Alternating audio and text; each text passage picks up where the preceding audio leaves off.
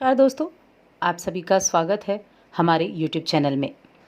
दोस्तों, गुरु और शनि ये दो ऐसे बड़े ग्रह हैं जिनका वक्री होना, मार्गी होना या राशि बदलना बहुत मायने रखता है। ज्योतिष शास्त्र में ग्रह का वक्री होना किसी न किसी तरह से कुछ चुनौतीपूर्ण जरूर होता है, क्योंकि ये हमारे जीवन में कुछ कार्यों पर विराम लगा देता है। विराम भी लगा देता है और गति को धीमी कर देता है। और जो उस ग्रह के शासित क्षेत्र होते हैं उनमें ये संशोधन करने को मजबूर कर देता है, दुविधा ले आता है। अब यहाँ हम बात कर रहे हैं गुरु की, क्योंकि गुरु देखिए अभी पिछले कुछ महीनों से कुंभ राशि में बैठे हुए हैं और ये हमारे भाग्य के, हमारे प्रचुरता के कारक ग्रह भी माने जाते हैं। साथ में वैवाहिक जीवन के कारक ग्रह, आर्थिक जीवन के कारक ग्रह माने जाते हैं। और जब इतना बड़ा ग्रह वक्री होता है तो इसकी गति धीमी हो जाती है, जिससे व्यक्ति निराशा की तुलना में ज्ञान अधिक प्राप्त करता है और काम की गति को धीमा कर देता है। तो अब गुरु का वक्री होना धनु राशि के लोगों के लिए कैसा रहेगा, किस तरह के प्रभाव ये उनको देगा, इस वीडियो में हम जानेंगे। बस आपसे छोटा सा निवेदन है, आगे बढ़ने से पहले चैनल को सब्सक्राइब कर लें और जुड़ जाएं हमारे चैनल के साथ। यहाँ आपको समय समय पर सभी जानकारियाँ मिलती रहेंगी। तो गुरु एक राशि में 13 महीने तक रहता है और उसके बाद 4 महीने ये बीच में वक्री रहता है, तब ये मार्गी होता है। अब 20 जून 2021 को कुंभ राशि में गुरु वक्री होने वाले हैं। 14 सितंबर तक 120 दिन ये वक्री रहेंगे और 14 सितंबर की शाम को ये मार्गी हो जाएंगे, मार्गी गति शुरू कर देंगे। उसके बाद ये मकर राशि में कहीं प्रवेश करेंगे। अब गुरु की हम बात करें तो देखिए, गुरु जो हैं आर्थिक जीवन के कारक ग्रह हैं। ये हमारी रोज़मर्रा की जो जीवन शैली है उसको भी धीमा या तेज करने की स्थिति इनके हाथ में होती है। यहाँ तक कि हमारे जीवन से जुड़ी जो कई तरह की समस्याएं होती हैं उन पर विचार करने को ये हमें मजबूर कर देते हैं। जिन क्षेत्रों में हम आगे बढ़ना चाहते हैं उनकी हम समीक्षा कई कई बार करना शुरू कर देते हैं, जिन कामों को करना चाहते हैं। तो इस तरह से ये हमारी जो गति होती है उसको धीमा कर देते हैं, हमें सोचने पर मजबूर कर देते हैं कि जो काम हम कर रहे हैं वो ठीक है या नहीं, इस काम में हमें पूरा लाभ मिलेगा या नहीं। तो अब धनु राशि के लोगों के लिए कैसी स्थिति होगी? तो धनु राशि के लोगों के लिए गुरु तो उनके प्रथम भाव के स्वामी हैं, यानी आपके लगन के स्वामी गुरु ही हैं। धनु गुरु की राशि होती है और एक मीन राशि होती है। साथ में आपके चौथे भाव के स्वामी हैं, जो कि घर परिवार का भाव होता है, माता का भाव होता है। और आपके तीसरे भाव में ये गोचर कर रहे थे, तीसरे भाव में वक्री होंगे। अब तीसरा भाव भाई बहनों का है, पड़ोसियों का है, संचार का है, कम दूरी की यात्राओं का भी है, साहस को भी दिखाता है, पराक्रम को भी दिखाता है। तो इन सभी चीज़ों पर अब इसका प्रभाव होगा, या तो ज़्यादा होंगी, अच्छी होंगी, या कम होंगी। तो अब यहाँ जो है आपको एक तो अपने रिश्तों में बड़ी सावधानी रखनी होगी, ख़ास तौर से भाई बहनों के साथ रिश्तों में, क्योंकि इस दौरान भाई बहनों के साथ संबंधों में कुछ कटुता आ सकती है, बातें चुभ सकती हैं, कुछ बातें ऐसी होती हैं जो अनजाने में ही बुरी लग जाती हैं।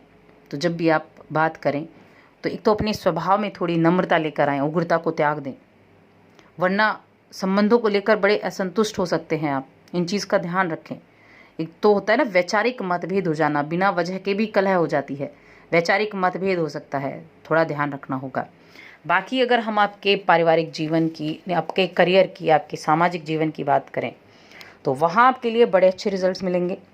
सामाजिक तौर पर आप काफ़ी सक्रिय रहेंगे, समाज में मान सम्मान बढ़ेगा और कार्यक्षेत्र में, पेशेवर जीवन में आप जो भी प्रयास करेंगे उनमें आपको सफलता हासिल होगी, आपको सम्मान की प्राप्ति होगी। आर्थिक रूप से ये 120 दिन बहुत महत्वपूर्ण आपके लिए होने वाले हैं, क्योंकि आर्थिक स्थिति के कारक ग्रह भी गुरु हैं। बहुत अच्छा समय रहेगा ये 120 दिन का, 4 महीने का समय। और जब अच्छा समय है तो उसका लाभ भी आपको पूरी तरह से उठाना चाहिए। एक तो आप बड़े महत्वाकांक्षी होंगे, बहुत ज़्यादा महत्वाकांक्षी होंगे, और ये इतनी ज़्यादा भी हो सकती है आपके अंदर इच्छा कि इसकी वजह से आपके अंदर घमंड आ जाए, अहम की भावना आ जाए। और जब अहम आपके अंदर आता है, किसी भी व्यक्ति के अंदर आता है, तो उसको कभी ज़्यादा देर हावी ना होने दें। इंसान है, अहम आएगा ही आएगा, घमंड आएगा ही आएगा। ये आपके ऊपर डिपेंड करता है आप किस तरह से उसको अपने ऊपर हावी नहीं होने देते हैं, वरना उससे निश्चित रूप से आगे आपको दिक्कतें ही दिक्कतें देखने को मिलेंगी। तो काम पर ध्यान दें। काम से कमाया हुआ यश, मान सम्मान, आर्थिक लाभ, उनको संजो कर रखें, उन पर घमंड ना करें, इस चीज़ का ध्यान रखें, क्योंकि 4 महीने आपके लिए बड़े इंपॉर्टेंट होने वाले हैं।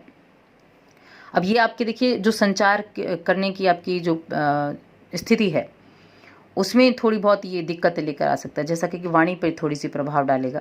किसी के साथ विवादित स्थितियाँ हो सकती हैं घर परिवार में, तो इस चीज़ का ध्यान रखें। जो चीज़ें आपके पास हैं, ऑलरेडी हैं, उनको व्यवस्थित बनाए रखने का प्रयास करें। उनको, जो चीज़ें आपके हैं उनको एक्यूरेट अगर आप बना कर रखेंगे तो अच्छा है। और चीज़ों को कैसे व्यवस्थित रखना है, इसके तरीके आपके माइंड में बड़े अच्छे तरीके से आने वाले हैं। आपके दिमाग में ये चीज़ें बहुत ज़्यादा आने वाली हैं इस दौरान, कि किस तरह से आप अपने जीवन को एक बड़ा ही प्रभावशाली बना सकते हैं। मान सम्मान निश्चित रूप से बढ़ेगा। पद प्रतिष्ठा में भी वृद्धि के योग हैं।